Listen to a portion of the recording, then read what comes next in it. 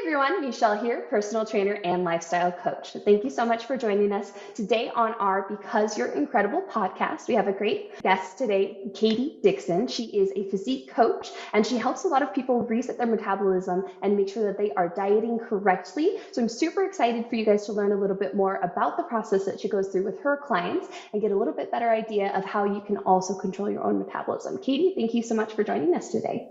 Yeah, thanks for having me. So, Katie, I know that we obviously met because we actually worked at the same gym for a little bit, and I heard you have a lot of really great conversations with some of your clients in terms of diet, metabolism, and also the importance of fitness. So, can you tell us a little bit about how you got interested in this and kind of what your journey was? Yeah, definitely. So I would say it started back all the way back when I was like 14 years old, because that's when I first developed a super bad eating disorder. I was really bulimic, and that took me well into adulthood, like well over like half my life easily. Super bulimic, lots of binging, purging, stuff like that. And that really stuck with me and was a pretty big hindrance to most of my life and all facets of my life. So the bulk of like my youth actually was trying to beat that, and not only beat it and understand how to heal relationships with food, but also at the same time like my body, because I was not only dealing with bulimia and absolutely no understanding of nutrition or weight loss whatsoever, but I was also dealing with a body I was very unhappy in. And I was a little overweight. You couldn't look at me and be like, yeah, she was crazy overweight, but I certainly was not like happy with my body, had a lot, a few extra pounds and stuff. And those just stuck for a long time because my eating disorder did no favors. And I want to make that clear to everybody who may be struggling with bulimia, for example. It does not result in weight loss. It is like the biggest waste of your time. I mostly binged and stuff because it was coping with feelings I didn't want to feel, whether it was anxiety or even excess happiness or sadness. It was just really a bad coping skill for most things. But also, one thing that really made it worse was how unhappy I was with my body, mainly because I didn't know what to do. I did not have a clue how to fix it. So self love was really hard. And, then also fixing the problem was extremely hard.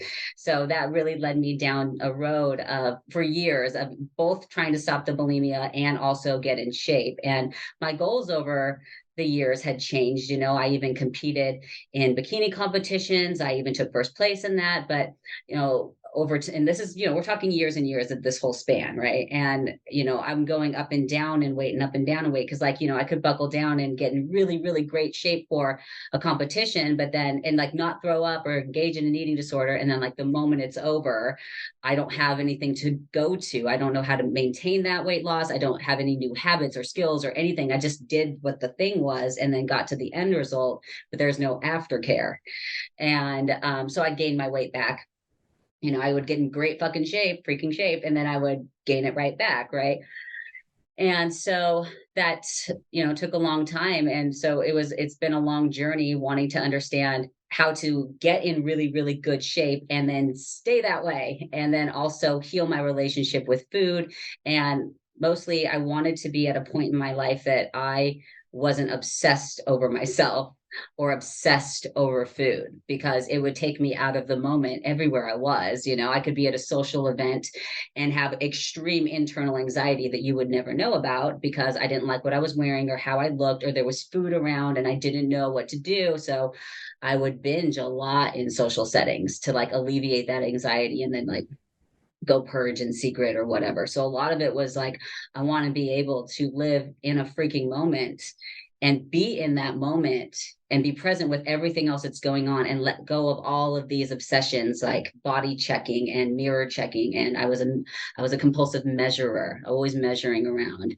And very happy to say that I have gotten to a point now that I'm very balanced. I've completely kicked my eating disorder, and that life is so behind me now. Like, I sometimes even forget how bad it really was, because it was so bad, and anybody out there struggling with binge eating disorder, bulimia, because they really do go hand in hand, and also some anorexia. Eating disorders really are one of the hardest things to get over, because it's an addiction like anything else. You're usually using it to cope with something you don't want to deal with, a negative emotion of some kind, right? But, if you look at cocaine, you can live without cocaine. That's a habit that is a little easier to kick, believe it or not, because it's a substance you don't need on the daily. But when you're dealing with eating disorders, that's a substance you need on the daily. So not only do you hate it, but you need it and you don't understand it.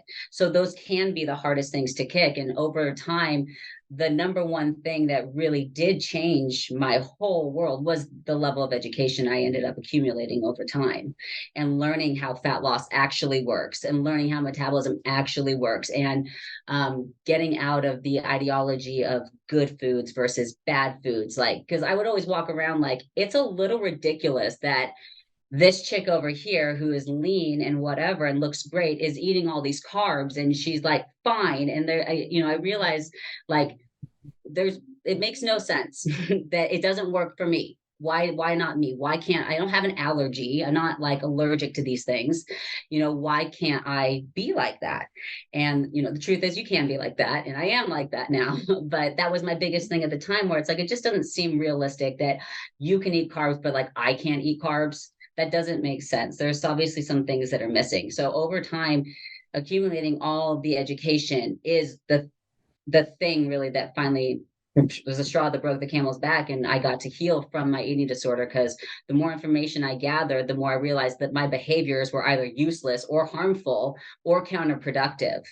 And then learning the correct things to be doing, the right priorities to be focusing on, learning those and then shifting that to being my priority is what changed me overall. And then it's like, one day, anyone listening to this, or me in my example, one day was the last day I ever threw up, and then it was over, and that's like mind blowing for me to say that. Right.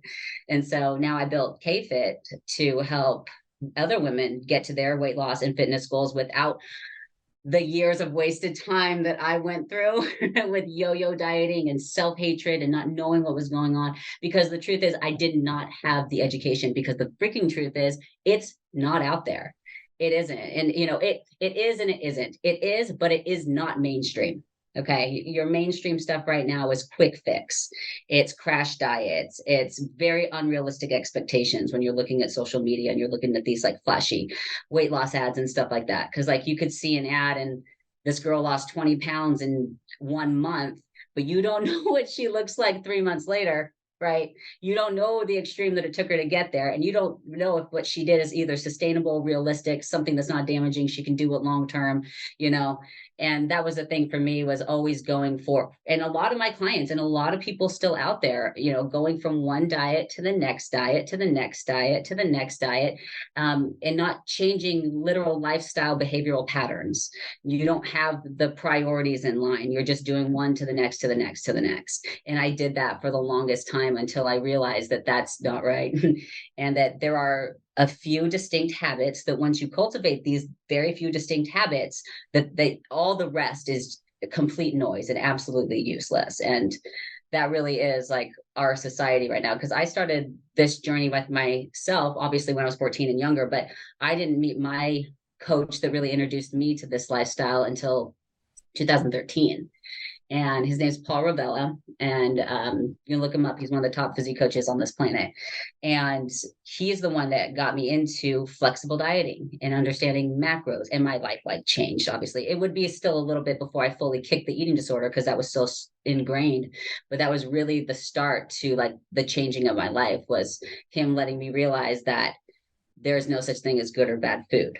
That doesn't exist. That was the biggest turning point for me. Back in 2013 was that right there, because one bite of anything bad, one bite of anything not on my personal plan would set me off into a binge, right?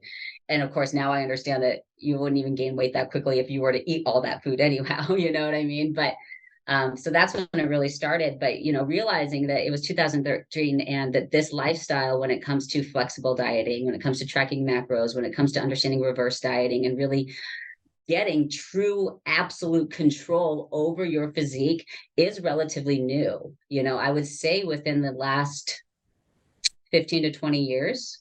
And so that's new enough that it's not going to overtake the market.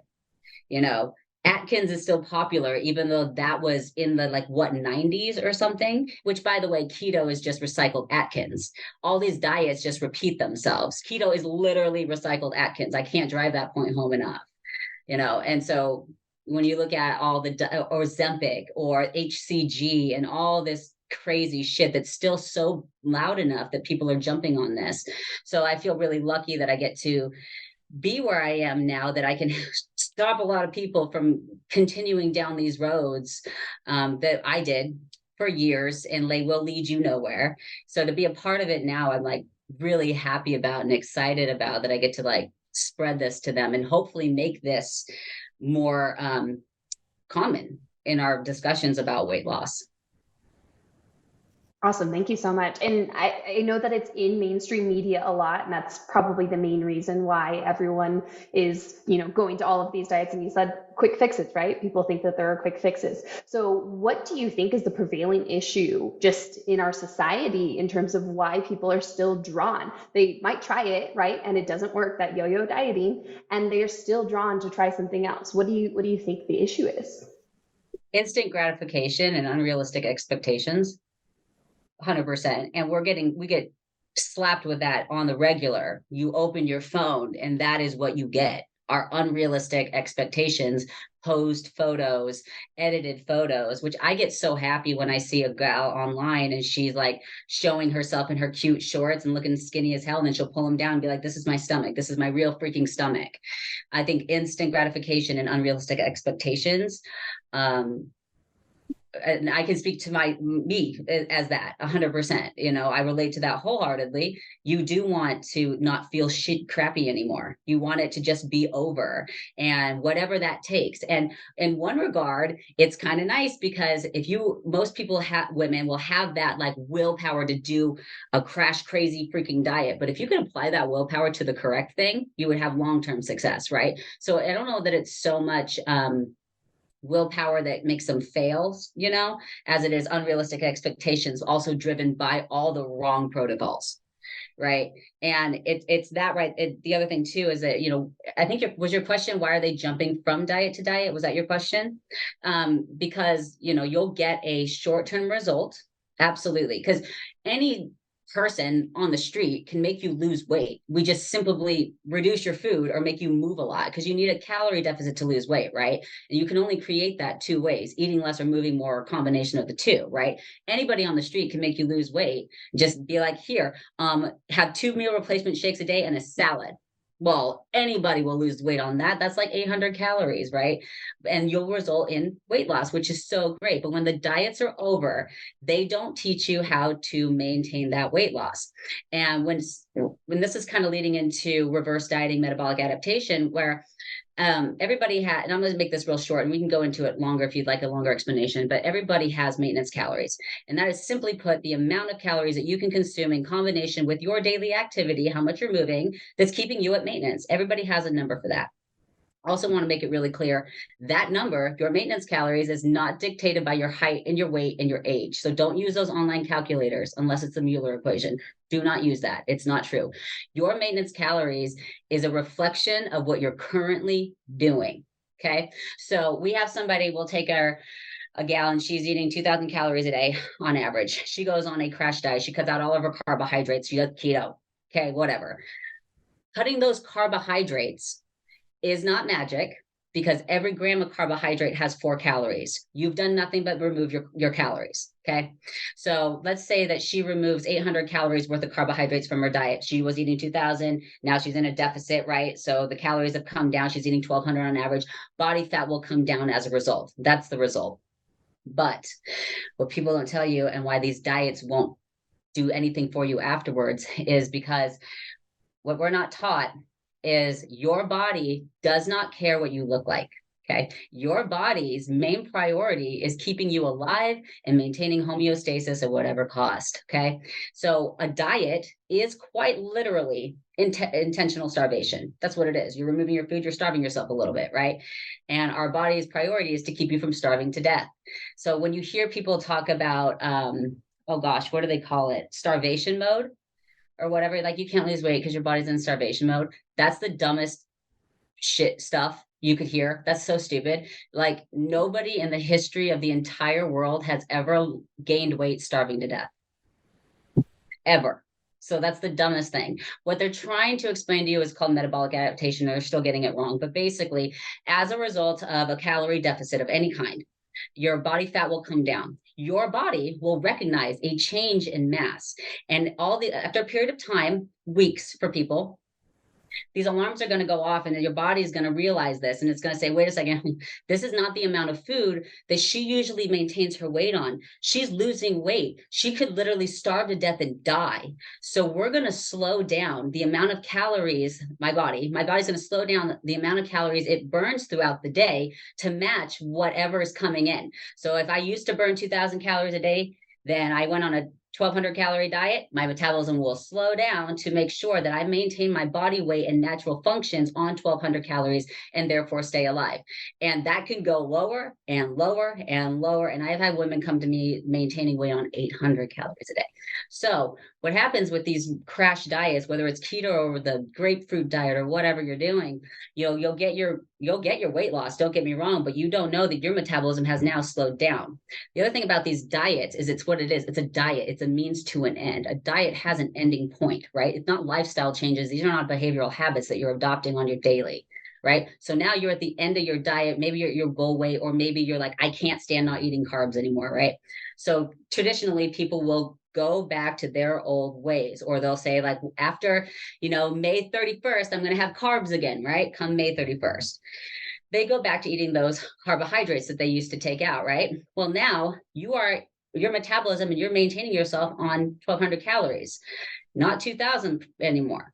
So the calories, those carbohydrates that you put back in your diet, going back to your old ways, that is now a calorie surplus, the opposite of a deficit, meaning you are now eating above what your metabolism will burn, what you're maintaining your weight on. That is going to result in body fat regain. And the unfortunate thing is body fat regain is rapid, because your body cares about keeping you alive. And that's the quickest fuel source it can pull in is adipose tissue, is body fat.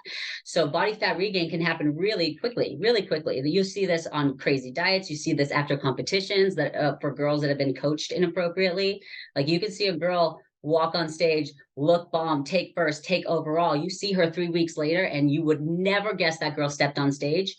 A lot of times you'll see a coach diet a girl down to 1,000 calories. And then, that's very depleting. Then they go off and they YOLO and they binge because perhaps their coach didn't reverse diet them out carefully, because the truth is she could have maintained most of that physique, truly, had it been done correctly. And they just blow up because the body is now in a calorie surplus. And so the panic now becomes, oh my God, I need to go back on that diet, right? So let's say like they go ahead and this is their body fat. I have a thing we could draw on, but we'll say this is their body fat, and now they're eating above and their body fat has come up, but their metabolism is still down here at 1,200, right? But their body fat's up there, right? And they may get a little bump in metabolism because that's how it works. But now let's say they gained back 15 pounds, but their metabolism is only at 1,400. So what are they going to try to do? They're going to find another diet or try to reinitiate that diet again and try to go back to that cutting the carbs, right? But if they want to try to get below that, they have to break that 1,400 now. They got to get into a deficit below 1,400. And they may get a small body fat reduction, but it's not where it could be. And now what's going to happen to that metabolism? It's going to go below 1,400 or whatever they put this new diet at. They may get a small reduction in body fat, but if this is not sustainable for them, if they go above this, that weight's going to skyrocket. So now we're all over the place. And this is how I get many women, and myself included, will maintain an extra 20 pounds of body fat on 1,200 calories a day, when really they should be maintaining that truthfully on 2,500 or whatever. But your body's priority is to keep you alive. And this is why I really drive the point home. You can't be going online saying, what are my maintenance calories, unless you're using like the full-on Mueller equation, because it could spit out like you're 25, you're 5'3", you're 120 pounds. You should be eating 1,600 calories. Well, sure. Maybe if that woman has never dieted before, well, what if that woman is 125 pounds? She's 5'3". She's been yo-yo dieting for years. She's actually maintaining weight on 1,200. That calorie calculator is giving out a general whatever. This girl will gain weight on it. This girl will lose weight on it, though they're the same height, weight, and age. Right now, the Mueller equation will take into account your activity level and your lean body mass, which will help a lot. But even then, when I'm finding a client's maintenance calories, I am not likely to use the Mueller equation, though that is my favorite. And it's a good frame of reference to what they should be maintaining their weight on. I will usually have them track their food actually for about a week. If they want to be overachievers, maybe 2, and to be extremely honest during this point, because if you try to do better, eat less, it's going to throw off your data, right? We want an honest understanding of what you're really maintaining your weight on. And if you do that, if you just track your food, you weigh it, measure it, you get real accurate for about a week, and then you take the average, you'll see the calorie content that you're literally sitting there maintaining your weight on. And so that's what we'll usually do. But to circle back to answering your question after my long answer here, they're jumping from diet to diet because these are not realistic, sustainable changes. They're not lifestyle habits. They're not giving them priorities to be focusing on. A diet is a means to an end, meaning it has an end point. So like, you're like, okay, whatever, it's over, but then what? Right. And then the biggest thing is the metabolic adaptation, just slowing down the metabolism, causing panic, which just repeats the behavior because they don't know anything else. Absolutely. So why don't we go ahead and dive in, since we're kind of already on the subject, in terms of kind of resetting your metabolism and reverse dieting. Can you talk a little bit more about that? Yeah. Like, what about it specifically? Do you mean like where we start the reverse diet, or like, how you go through what does it? the process kind of look like? And, what maybe even timeline? I know that's dependent on person to person, but kind of what that looks like. Yeah, so like how we start it and when you know the reverse diet's over and when you should stop. So to start it, like I was saying, I will have a client track their food for about a week. And again, most important thing, don't do better, don't eat less, don't make different choices. If you're eating cake every day, continue to do so, just track it. We just use something simple like my MyFitnessPal online diary. And, my MyFitnessPal is a really good example of online calculator you don't want to be paying attention to, because even when you fill out your questionnaire as a new client on MyFitnessPal, it's going to ask your height, weight, your age, and all that stuff, and it's going to say based on your goal you should eat this much. But again, that's statistics, so we only use it to just track as a diary. So you're going to track your food for about a week, and then we're going to take the accumulative average. Now, I go a little bit more in depth just because of the tools I have in my own program, but this will work for just anybody. Even if you're a little bit off in the calorie numbers, you're going to be in that ballpark and it will be fine. And then after that, after we find the maintenance calories, that's literally going to determine our plan. If you are maintaining at a realistic amount, like based on the Mueller equation where you should be maintaining, we have the option of either reverse dieting you up to higher calories, or we can go into a fat loss phase. And I kind of want to back up a little bit, because a reverse diet is going to be used in a few different circumstances, right? You're going to use a reverse diet for somebody who is maintaining their weight on really, really low calories and high body fat, and they cannot lose weight. Because if you're maintaining your weight on 800 calories and you already hear me say that we need a calorie deficit, how am I going to create one from 800? It's not that you can stick to and that's realistic and you won't want to die, and because the result of that is what? Metabolic adaptation to what? 500. So people that are coming in and they have, too much body fat and they're already eating very little, exercising a lot, we have to build up your metabolism, build up a calorie base in order to create a successful fat loss phase later, right? So the first thing we do is we determine the maintenance calories, because if they're very low, obviously we're going into reverse. If you are in a good place, you kind of have the option. And so you're going to use a reverse diet to build the metabolism and prepare for fat loss. You're going to use a reverse diet to maintain your fat loss on higher calories. Like you've seen girls walk around eating 800 calories, lean as heck. And this is how they're doing that. So you need a reverse diet to maintain your weight loss. And a reverse diet is also good for muscle building. So in all of those circumstances, sometimes all of them combined, often. So after we find the maintenance calories, we're then going to assign your protein. Okay. Protein is the most important one. So I'll usually set that anywhere from 2.2 to 3 grams per kilogram of lean body mass. And if anybody doesn't know, what that is, it's just your kilograms would just be your weight divided by 2.2. And if you don't know your lean body mass, and with lean body mass, by the way, you can pretty much estimate this. There's a lot of photographs online and pictures that show different circumstances and what body fat percentages look like. And even if you were to use like calipers and all that, you're still going to be in a range. It's never going to ever be exact. So you can pretty much estimate this and still get in your range, right? But if you don't want to do that, you'll end up around, you can always do like 1.8 to 2.5 grams per kilogram of body weight instead. Okay. So first thing we do is we set our protein. And then after protein is set, for the rest of the macros, I will split. So you'll take your calories from your protein and subtract them from your total, and then you got the remaining calories. And you can do easily like a 60% of those calories will go to carbohydrates, is where I usually go, and then 40% will go to fat. So if you have 1,000 calories remaining, 600 is going to carbs, 400 is going to fat, right? After protein set. That being said, it is very person to person dependent. It is very what you would like. There are some situations, and I almost don't want to say this because it's such a hot button right now. In some cases of insulin resistance, we will go lower carbohydrate and higher fat for a small period of time, and then slowly like increase carbohydrates and lower the fat ratio while keeping calories the same, and just see where the client performs best, right? But overall, the split between carbs and fats is really dependent. Some people like a higher fat diet. Some people like a lower carb diet. It really doesn't matter, because the truth is, and with my clients, we care more about hitting your protein and overall calories.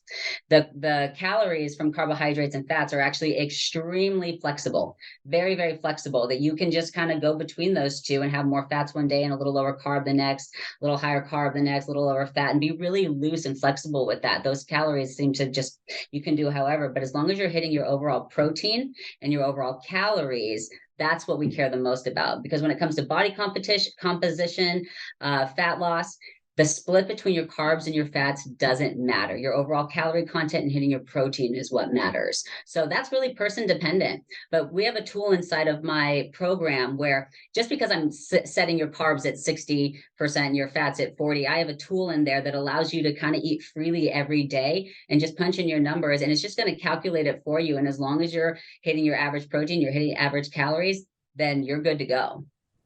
So that's what we'll do first. And then the coaching of the reverse diet is definitely going to be person dependent, but typically they're hitting we're going to talk about best case scenario clients, which I have a lot of, and I'm really grateful that they're hitting their numbers daily. They're hitting their scheduled workout and all that stuff. We check in every single week, and then we're going to make adjustments to that program. So the rate of your reverse diet is going to dictate a lot. So, if you're going to do a really conservative reverse diet, that's going to be where you're going to minimize the likelihood of body fat regain or weight regain. And we might want to touch on that a little bit also when it comes to a reverse diet, body fat regain or weight regain, and how fat and weight are not the same thing. But because it really is worth mentioning, because you want to set realistic expectations in the reverse diet. So what I'm giving you is really a general overview because it's so person dependent. But, week by week, you're going to be increasing your carbohydrates and your fats. Once protein is set, it's pretty much set. And, later down the road, as the reverse diet gets more successful and longer, you can usually reduce your protein down a little bit, because calories and carbohydrates are protein sparing. So, that's neither here nor there, but if we're going to go with the conservative reverse diet, right, that's going to be like about 3% of an increase each week. So that could look like 10 grams of carbs and 1 to 2 grams of fat per week. If we're going more for a muscle building, we don't really care if we add a little bit extra weight, usually it might be a guy. We might go for a moderate 5% increase, or all the way up to aggressive, which is around 8% increases per week.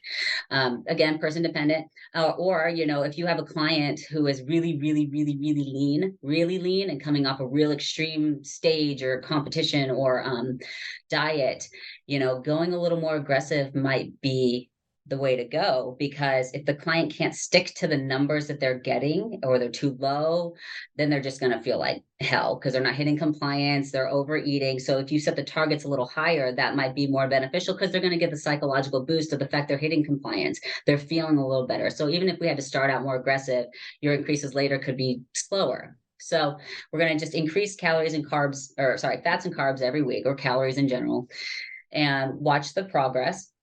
And it really is a week by week thing. And so it might not seem like a lot to increase by like 10 grams of carbs and 2 grams of fat. But I mean, you do that for a couple of weeks, that adds up and really adds up quite a bit. So the rate that we go is really dependent on the client and our discussion that we have and what they're comfortable with and that type of stuff. But then we'll take a reverse diet all the way up to basically two situations. One, your calories are now where they should be based on the prediction of the Mueller equation. So if we go plug your stats in, your height, weight, your body fat percentage, activity level into the Mueller equation, and that's going to give us, let's say it's 2,300 calories. We would want to reverse diet that woman up to 2,300 calories at least or above. And I say above because remember, we're preparing you more than likely for a successful fat loss phase. The higher up you get your calories, the higher up you can maintain your weight on, the longer you can go into a very successful fat loss phase. Because no matter what you do, if we get the calories all the way up to 2,700 and we're going into fat loss and you're starting your fat loss phase at 2,200 calories, right? Over time, your metabolism will slow down. These are plateaus, by the way. If you've ever experienced weight loss and then it stopped, it's your metabolism slowing down. That's a plateau, right? But when you're in something that's structured like what we're doing, we will account for that. We see a plateau. Okay, great. Now we break the plateau, right? Because we know our metrics. We know how much activity you're doing. You know what your food is. We can see what to adjust, right? And therefore, you get to take your fat loss phase much longer, much more successful. And it's one thing we always have to really, really drive home to the client is that slow and steady wins the race. I promise you, slow and steady wins the race. And not just because of the obvious reasons that all these quick fix things have obviously not worked long term, but because we're in fat loss, right? We want to preserve our lean tissue because we want a lean toned look, right? So we don't want to be like chewing through our muscle in the fat loss phase. So you don't want to be losing weight really quickly. In fact, the rate that you want to be losing your body fat per week is about 1% of your total body weight per week. Right. So like it's a 125-pound woman, what's that, 1.25 pounds per week? You don't really want to be exceeding that because once you get beyond that, you are now risking up to 50% of your weight loss being lean body mass, which includes muscle, right? So slow and steady wins the race, not just because like it seems like the logical thing to do, but it really is like truthfully based on most people's goals, the thing to do if you want an overall lean toned look that is optimal for how much work you've probably put in building muscle or working out, right? So I guess so a long story short, they're weekly controlled increases in calories over time, and those controlled increases in calories are going to result in the metabolism going this way because just like it adapts on the way down, it will adapt on the way up. Now the goal in the reverse diet is to worst case scenario leave the body fat where it is, right? That's worst case scenario. In a reverse diet, lots of magical great things happen, especially in this program because you're going to be training, you're going to be building muscle, you're going to be changing your physique. So as you're increasing those calories each week, if you are working out and lifting, that's where a lot of that's going to go, and it's going to go real well. So we see a lot of amazing weight loss, fat loss. Let me say fat loss in a reverse diet because of the offset of activity and the fact that we're building lean muscle and we want to be feeding that muscle, right? So by the end of the reverse diet, more often than not, a fat loss phase isn't even needed, but it's an option. It's a great option to get leaner, right? So metabolism will go up this way. Worst case scenario, body fat stays where it is, right? We'll just say worst case scenario. Okay. Calories are going so this way, calories are going up, metabolism is going up, body fat stays where it is. But now we have a good calorie base, right? Let's go ahead and initiate a calorie deficit. We lose body fat from here, right? Calories come down, metabolism slows down, we break the plateau, we keep losing it, right? And then let's say, for example, we like this body. Well, then we can stop this and then go back into a reverse. And that's how you maintain that body on higher calories over time. So that's another thing about setting realistic expectations. You're depending on the person, really, really, really, really depending on the person and depending on their starting calories and stuff, how long or how many rounds of this you may take. Because and how long should you be in a reverse diet? A minimum of however long you've been dieting. If you've been dieting for 12 weeks, your reverse better be 12 weeks. Right. So I hope that kind of answers your question. But, a lot of things happen in the reverse dieting phase that, when you get to the end of it, like I said, sometimes a fat loss phase isn't even necessary because all of it came off in the reverse. Right. Especially like if we have a woman, because I work with a lot of women who used to be athletic. They used to be really toned, they were strong. It might have been something they did in school and that type of stuff. But then over time, they had to put it aside. They had a family, career took over, and now they're ready to kind of like get that back, right? So, in that reverse dieting process, we're lifting again. We're building some muscle. We're working out. We're because the goals for these women is always to become lean, to become toned, to be strong, to keep up with their family. Not only that, to set a good example for their kids. A lot of times, and this is including myself, women our age, a little bit older, their mothers got the worst dieting advice. We're talking the 70s and 80s, the worst. Okay. We're talking low fat, which caused ridiculous amounts of neurological problems, low testosterone in men. So they got the worst advice. So the women that are now like our age, a little bit older, their big concern is not passing that on to their kids, to their daughters. So, when we're in the reverse diet, their kids are seeing them eat more. They're seeing them eat whatever they want. They see them eating the same foods as them. They see their mom being active and working out and lifting weights. And they are setting really realistic, good examples of how to balance life and take care of yourself and then take care of other people. So, when we go through the reverse dieting phase, we're building this lean tissue and we're building this muscle, and muscle is so much more metabolically active than fat. So your metabolism, your basal metabolic rate is going to go up more lean by the more lean body mass that you have, the more calories you get to eat just to hang on to that, right?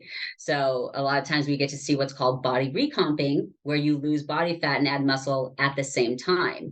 And, we do a lot to really disconnect our fear around the scale and around weight and what weight means, because weight, body fat are not the same thing. They are not the same thing. And I know that sounds obvious, but I can't drive that point home enough, right? Because let's say that I have a client who is in a reverse diet and she is clearly losing inches and she is clearly adding muscle, but my gosh, there's only a 1 pound different on her scale. And I can show you pictures all day long of this happening. But she's losing body fat. So how does this make sense? Well, 1 pound of body fat is this big. It's the size of a softball. 1 pound of muscle is the size of a golf ball. So obviously, if you are losing a softball, gaining a golf ball, you look good, you look better, but your scale weight is the exact same. So a lot of it really has to do with disassociating expectation with the scale, because it never means what you think it means. And I think that is a big plague for like a lot of women, for sure. So the reverse dieting phase can be really sensitive, but it's also a time where you learn a lot about yourself, a lot about what actually matters, a lot about how to read and interpret your progress data correctly, and learning over time how to make adjustments, because you can't not learn this as you go through it, right? You do. Did that kind of answer your question on how like a reverse diet works? Yeah, absolutely. That was great. So one of my clarifying questions is, do you typically sprinkle in some intermittent like maintenance phases in the reverse diet as well? In the reverse diet, that's a good question for a fat loss phase. In the reverse diet, maintenance would simply be just basically where we are, right? And I ask my clients that in their check-in, like, how do you feel about increasing this week? Because sometimes like they don't want to, or like they're full. That's the other thing too. You're done with the reverse diet when you are sick of eating. You are no longer food obsessed. You're basically begging me to cut your calories, and you're sleeping really good because you're full, your activity is good, energy is high. And this is always the end of a reverse diet, right? You're like over the food, which is great because you just lost 15 pounds and you're sick of eating. Like, how great is that, right?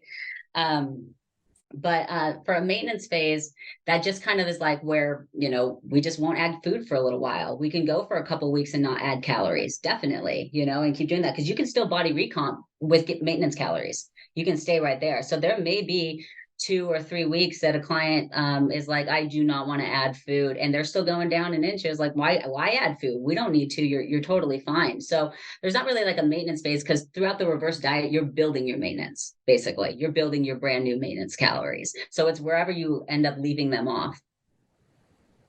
And then you did mention that in a fat loss phase, it would be a little bit more common to have some maintenance phases. Yeah, so that's when you're looking at a diet break, and diet breaks are super great. They're actually, I would say, a fairly new idea in concept, but are proving to be really great. And what a diet break is exactly as it sounds. It's a break from the diet.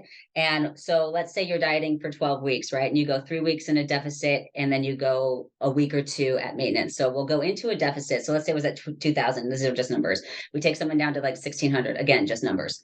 And then we drop weight for about 3 weeks or so. And that's really cool. Well, one, this will help avoid some metabolic adaptation, because metabolic adaptation will happen anywhere from 2 to 12 weeks, depending on the person. And I have personally seen that range in clients.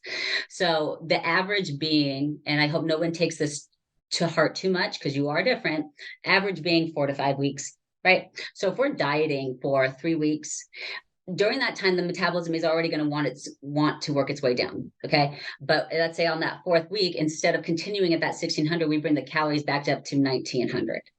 2000, because your maintenance calories, here's something that's very important for everybody to know this. Your maintenance calories have a range. So if it's like, so you think it's 1700, it's actually 1700 plus 5 to 10% or minus 5 to 10%, which means if you overeat that 1700 by 5 to 10%, depending on the person, you're not going to gain body fat.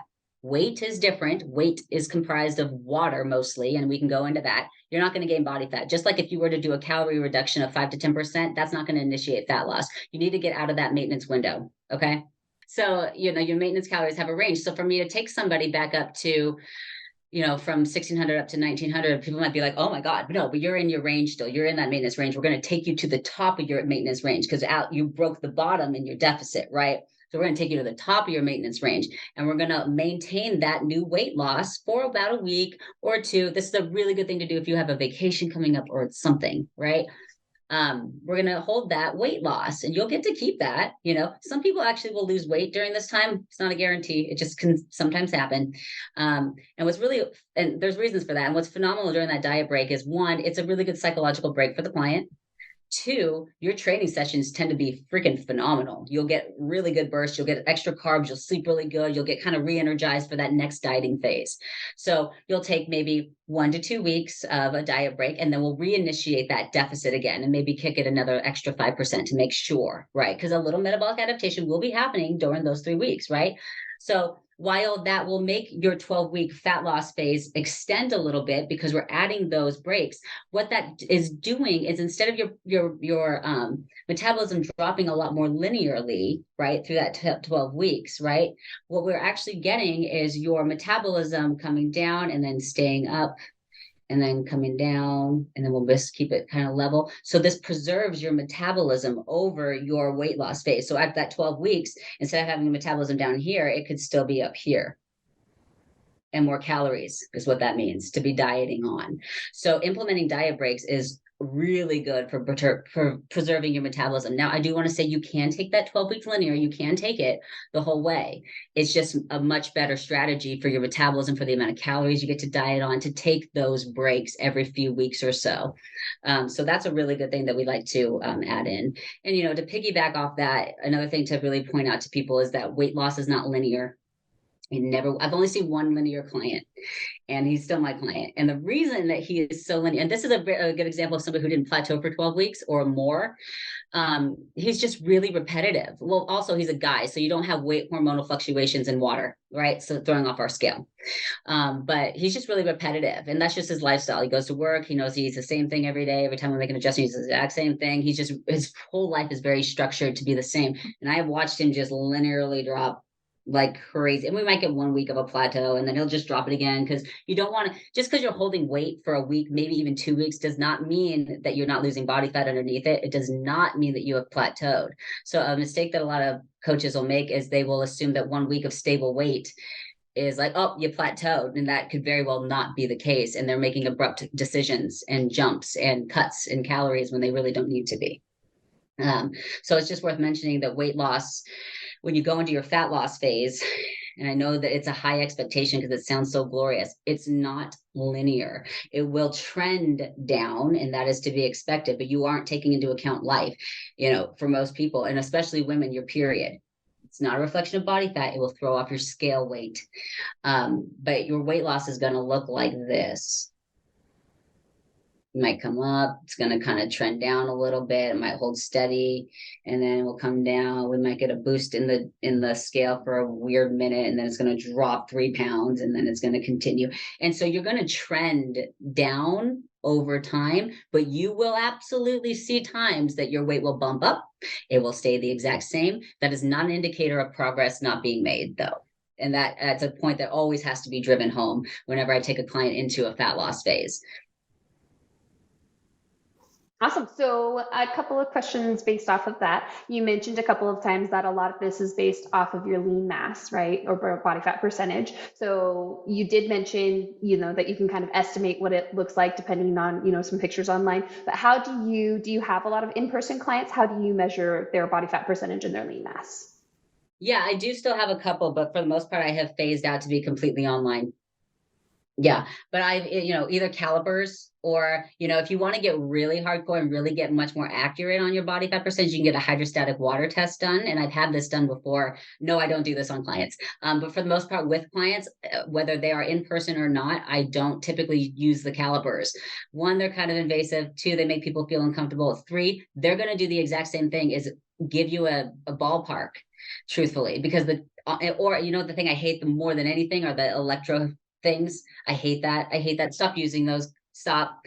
They're just going to make you upset, because if you were to go in one day, that's the other thing too. If you're going to be using these metrics and you're going to be using it, you have to make sure your conditions are the same, right? You get the same amount the night before as you did last time the night before. You have the same amount of water, because if you drank, let's say, half a gallon more water, you will register more lean body mass, right? So the reason I don't like that is, from my experience, it creates very useless obsession to these numbers and attachment to them. And people start to live their value off of them, just like the scale weight. So I will usually estimate, because you're always going to have a ballpark and nothing is ever dead on. So when you have an online client, for example, they're not measuring their body fat percentage on their own, No. and you're not using those numbers. Okay. Right. And I don't even have them estimated either. So they send me photos. We have check-in photos and stuff like that every single week. So I will look at the photos and compare them myself and get the average. You're going to be within the grams too. And the thing about where I have the protein set, right, the 2.2 to 3 grams, the research on this proves that whether you're on the low end of that range or you're on the high end of the range, it doesn't matter for muscle building. If you are on the high end of that range, you're not just going to suddenly get more muscle because of it. Actually, if you're within your range, it's just going to kind of be what it is for you. More protein doesn't equal more muscle necessarily, as long as you're within that range for yourself. Okay, great. And then something else that, has been thrown around a lot is, obviously in an extreme calorie deficit is a little bit different with bodybuilders, but for general population, a lot of people in the fitness industry will say that you can't build muscle while being in a calorie deficit, or while being at least in a severe calorie deficit. So what would you say about that? It's true. But you do get some exceptions. So we love, and I still love, new people. You get what's called newbie gains. So a new person, you get newbie gains in certain conditions. So in the case of what I was mentioning earlier, body recomping, to your argument, they are correct. In most circumstances, you cannot build muscle in a calorie deficit. You have a building phase followed by a fat loss phase. The only time this does not apply is when we have a newbie. A newbie is somebody who is brand new to resistance training. Their muscles are hella fresh. This is a whole new lifestyle to them. They don't lift. Or it's a person that's taken a really significant time off, because you can re-spark your newbie gains, who's taken a significant time off. Or if it's somebody who is very obese. In those situations, you actually can build muscle and lose fat at the same time. Newbie gains, depending on the person, will only last you about 6 to 12 months. So soak it up. Soak it up. Like if you are new to a program, a legitimate program, or my program, I really drive this point home. You're in a really good position. If you're brand new, or you have been out of the game for a long time, or like these women that used to be really athletic and they really have been out of the game for quite a few years, this is going to go really well for you. I cannot drive that home enough. If you take hard advantage of the next 6 to 12 months, you can set yourself up for really solid long-term success, because once those newbie gains are over, you do have to go into pretty distinct phases of a building phase and then a fat loss phase. Now, I say that with the caveat that yes, you can still do body recomping at maintenance calories when your maintenance calories are appropriate for you. Does that make sense? Absolutely. Cool. And then do you also update their calories based off of their activity level? Because I imagine, especially newer people, that maybe they start off working out a little bit less and then increase their activity as they go on. Yes and no. Are you talking about in a reverse diet?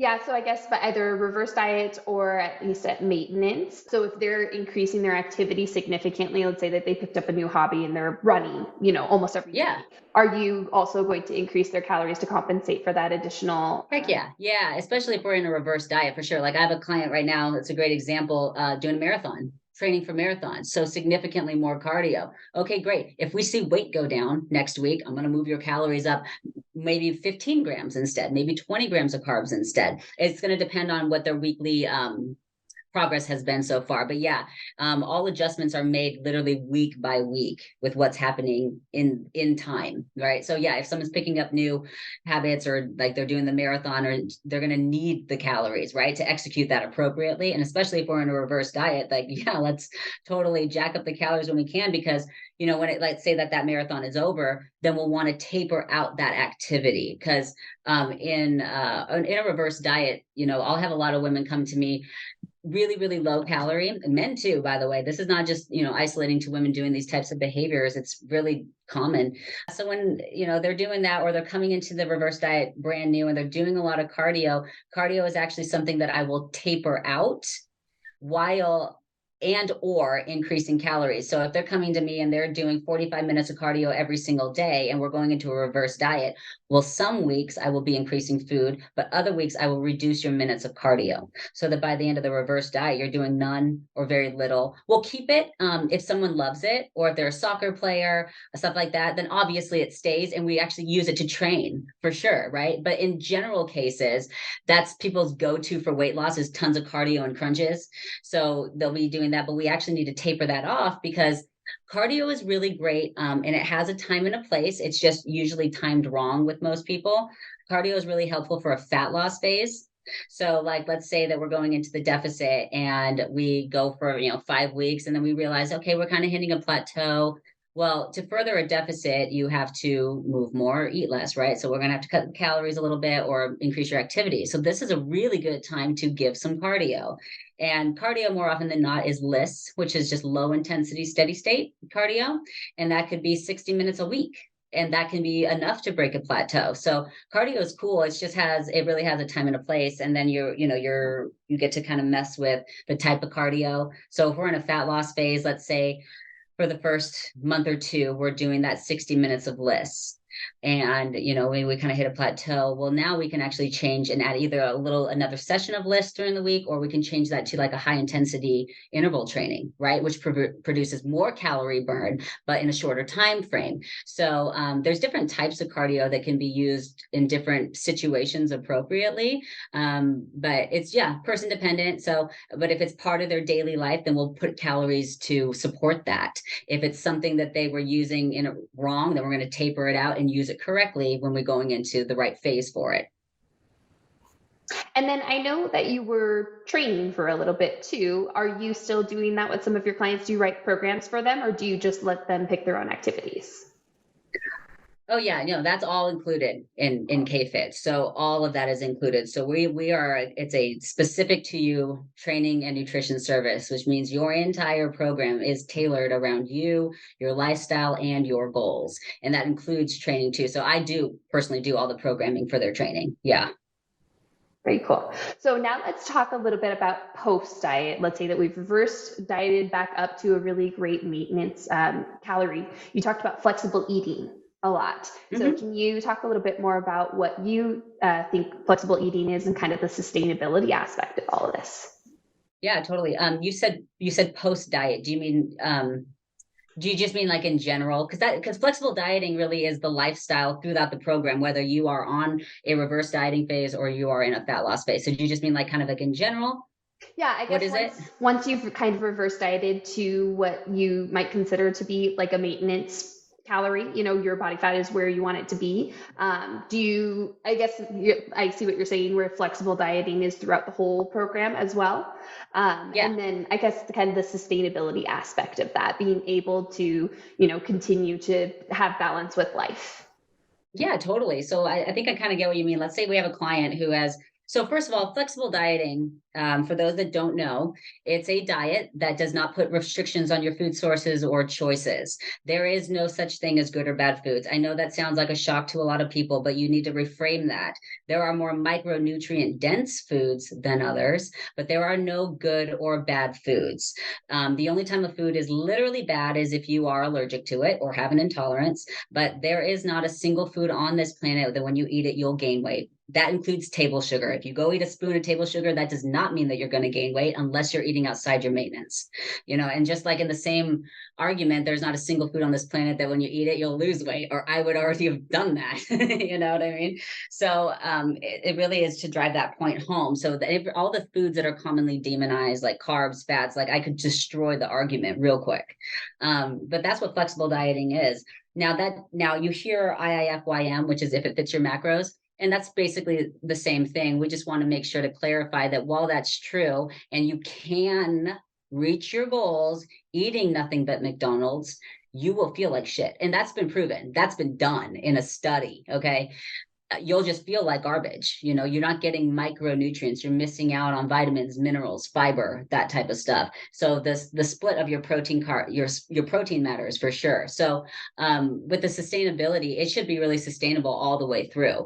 Yes, you want to prioritize more nutrient dense food, which is why one of the daily habits for my clients is, did you get 2 to 3 servings of fruits and vegetables, which is like an apple and a thing of broccoli. That's not a lot to ask of anybody. It's not, so you do want to make the best choices possible, but you want to get rid of the fear that that's all you can eat, because that's not true. And so when we're tracking like our macros and stuff, what we're doing is at home, when you're at home, you're cooking your own food. This is where you want to take the opportunity to weigh out your food, measure it, actually get your eye trained for what is, right? How much a cup of rice actually is, what 4 ounces of chicken looks like. This way, when you're in the real world, like you go out to dinner, you go have some drinks, you get to be flexible. You get to eyeball things and be like, you know what, that's about 6 ounces of steak. That's probably, a cup and a half of mashed potatoes and probably like a tablespoon of butter. But you don't get to do that unless you've been training that at home. And this is what flexible dieting means. It means you get to be flexible, but without structure, it won't happen, because from structure comes flexibility. So what we're giving you is structure, your parameters, your non-negotiables. These are the numbers that you're hitting. These are your daily habits, right? You hit these things, everything else is just fine if you hit those, right? So when you're home and you're preparing your foods, you're going to make your best choices possible. But real life is real life. And that's the problem with these stupid diets, is they do not account for real life. They don't account for making food with your family. They don't account for going out. They don't account for alcohol, that's for sure, which you can have. So they don't teach you anything, right? So you don't get to go out and be flexible. Usually when you go out, if you're on a really restrictive like keto diet and you go out, you feel horrible because there's all this food in front of you, you can't touch it. So that, if you ask me, is not sustainable. That's not realistic. And I think that everyone knows that. You've all yo-yo dieted. We all have. We know what's not realistic. But what's realistic about flexible dieting is that you are training your eye and your body to know what your parameters are, so that when you're out in the real world, you get to like stay within that without stress and know that you're still going to make it to your goals. You didn't derail yourself. And that, like I said, that includes alcohol. We teach clients how to track alcohol. You can track that as a carbohydrate or a fat, because the point of flexible dieting is like, we're adults now. We don't get to just starve ourselves, go to class, go home and sleep, right? We're busy, right? So if this doesn't account for real life, you will not have success with it. And that's why flexible dieting is really always quite successful, especially with the nuance now that we're not trying to nitpick exact carbs and fats. We're just going over all calories and protein. It makes it even more doable for people. So in the long run, it's very sustainable because nothing's off limits to you. Most of the time that diets fail or binges happen is because you were restricted too tightly. Like if you don't eat bread like on the regular, and I told you, you can't have that anymore, you're going to now want it, even though you didn't already. The thing that makes people screw up on their diets is being constantly told they can't have something, so that when they do that thing, they feel horrible about themselves, which will then almost always cycle some kind of negative pattern, whether you're binging, whether it's self-loathing, whether it's negative self-talk, whether it's demeaning yourself or not being able to stick to it. All of that extreme restrictive thought processing and the things that we're taught about food is actually what perpetuates things not being sustainable. It's high restriction. The more freedom you give somebody within parameters, the more successful it's going to be. And I always just say this, from structure comes flexibility. And this is why I have a bone to pick with intuitive eating, a big bone to pick with it. It's the dumbest advice you can give to somebody who is overweight, unhappy with their body, and has no nutritional structure whatsoever. The dumbest advice. And it's still given pretty consistently. Just eat when you're full. Just eat when you're full. Just eat healthy things and like eat when you're full. Full is relative. Full is also dependent on your hunger hormones and your satiety, leptin, ghrelin. Those are based on how much fat mass you have, lean body mass you have. And those two things actually, you can manipulate your ghrelin and your hunger signals. If you start eating in a timely manner, your hunger signals will actually time up. So to tell somebody to go off their hunger signals is the most ambiguous advice you can give somebody, especially somebody who doesn't like what they look like, because then they'll be like, oh, intuitively, I would love that cupcake. What, you know what I mean? Like, it's nothing to think about, right? You don't know how many calories you're maintaining your weight on. So how do you intuitively eat that amount? The purpose isn't to track your food for forever, even though I like to, because I like knowing what I'm doing. I like my structure. I have goals right now. But you can transition away from tracking because, if you want to become a real intuitive eater, you better be intuitive about who you are. And to know who you are, you have to go through the process of learning that, right? So you need to learn what your maintenance calories are, of how much protein you need for yourself. And then you can, you trained your eye, what food kind of looks like, how much is in what, you had structure in your body for a given period of time. Now, like, you go on a vacation and you get to like prioritize the correct things and not track your food. That's actual intuitive eating. It's first knowing who you are. You can't be intuitive to something you have no idea about. That's the biggest bone I have. One of the biggest bones I have to pick in this industry is the intuitive eating movement causing a lot of fat gain. It just does. Intuitively, we'd all like to eat donuts all day, right? But that's like the dumbest thing ever. So I hope that answered your question. It does, and it's so funny because I was literally going to ask you about intuitive eating. So I love that. Oh yeah, bring it on. Yeah, I don't like it. I don't like how it's taught. I don't like how it's talked about. It's ridiculous. Like, you can't be intuitive about something you have no idea about. Right. You've never taken the time to learn. Like, you can intuitively know that your dog needs to go outside. Why? You've watched your dog give you that signal for a long time to intuitively know even before she gives you the signal, right? But if you haven't watched her do that and it's a brand new dog that you just got one day, you won't know. You don't even learn anything about it. So yeah, it's terrible advice. Terrible advice. And you bring up a good point too, where especially if you're not where you want to be in terms of the foods that you're consuming, whatever, body fat percentage. That's going to dictate your choices. Absolutely will dictate your choices. Like, the more the more fit you get, this is just true. The more fit you get, the better you look, the better choices you make. Why? Because you're motivated by your results. If they haven't seen any results, they will be motivated by sugar cravings, hunger cravings, who knows what.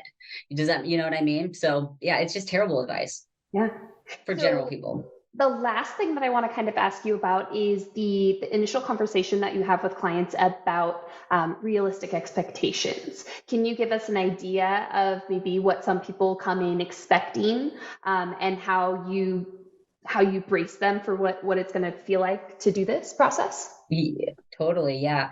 I've been fortunate in the way that a lot of the women in my program are well into their 30s or above, and expectations have become more realistic due to how many failures they've had. They're like, they have realized maybe when they were 24 that they're not going to get a 6-pack in 6 months, and that's kind of carried on with them, right? Yeah, it depends on the person entirely too. Like, if they have 50 pounds to lose, you're not going to, if you have 50 pounds to lose and you're eating 1,400 calories per day, we have to take some time. And this is where I tell them, like, this is where you are. We can't create a calorie deficit. I explain everything I said to you to them, why and how it works.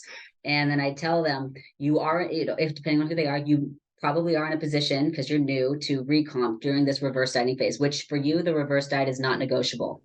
At 1,400 calories, it's not negotiable because your deficit will be crazy, or your activity will be crazy.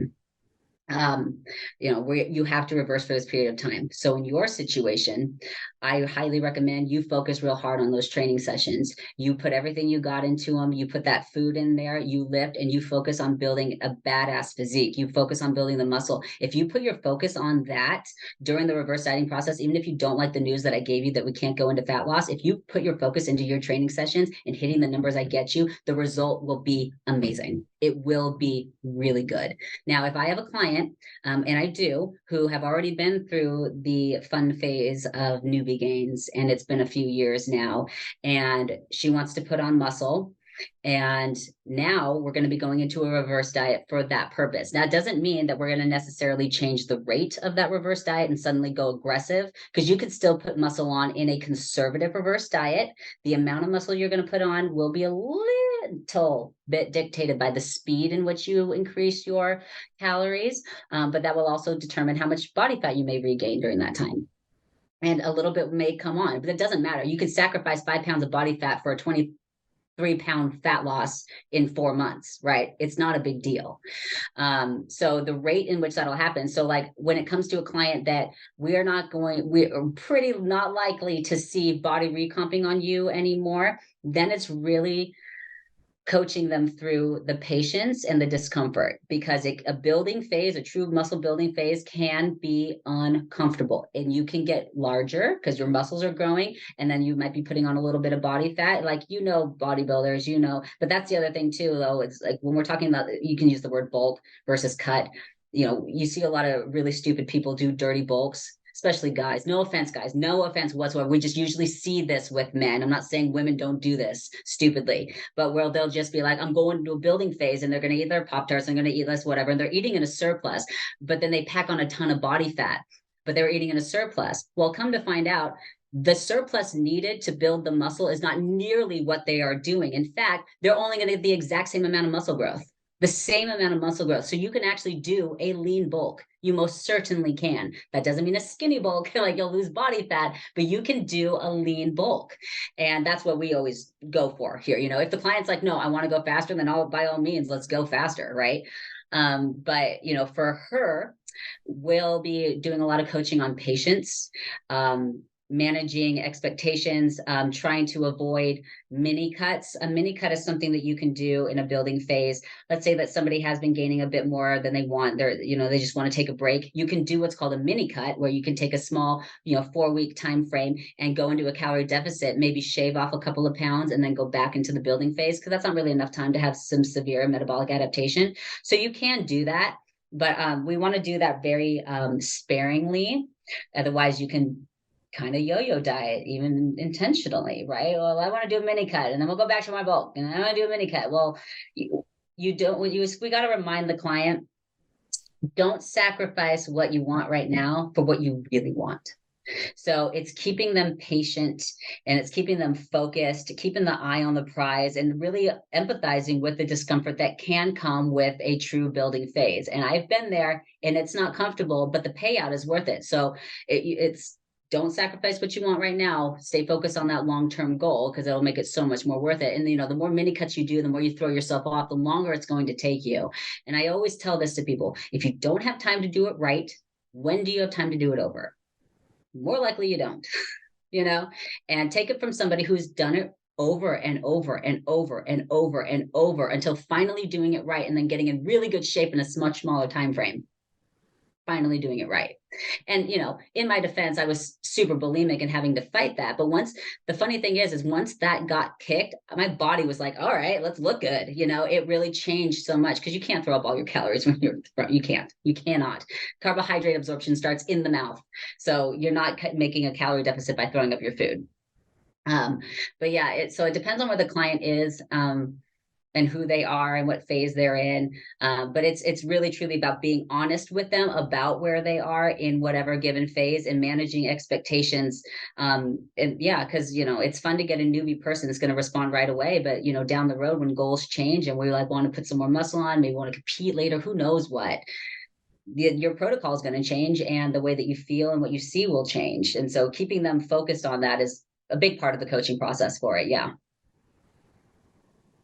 Awesome. I love that. So I think we're about ready to wrap up. I am going to include some of the resources that you provided to me and then also your contact information in case anyone wants to get a hold of you. Is there anything else that you'd like to add? What you do, how you can help? Yeah.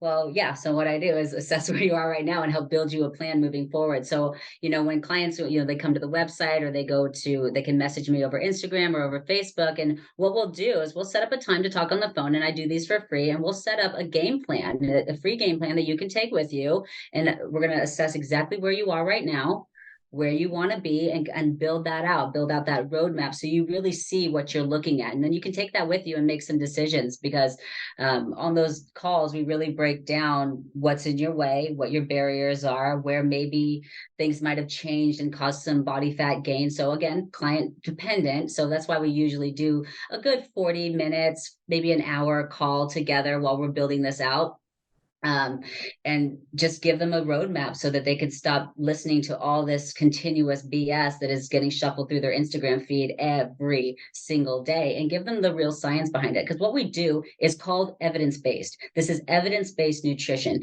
meaning everything in this program has been backed and proven by science, by peer-reviewed studies, multiple over and over, which I'm happy to provide at any point. Or I think you said you're putting the research and the people on there too. Any of those people you want to follow in their research and their books, but it's called evidence-based for a reason because this is a proven system. I can prove that most keto diets fail, you know what I mean? But we can prove that this is very successful with tons of evidence from clients. But not only that, you got to remember that success with your physique isn't just about what you just did. It's how long did you get to keep it? How long did you maintain it? And were you miserable? That's what real success is. And that's the most important thing that we need to focus on. This instant gratification is not going to usually give you a long-term solution to this problem. It will just rear its ugly head. So if you don't have time to do it right, when do you have time to do it over? So yeah, I encourage anybody to look into this. It's evidence-based for a reason. Awesome. Well, thank you so much for sharing all of this. I think it's going to be really useful for a lot of people. So I really appreciate you taking the time. You're so welcome. It was great. Thanks for having me. Of course, I'll talk to you soon. Bye.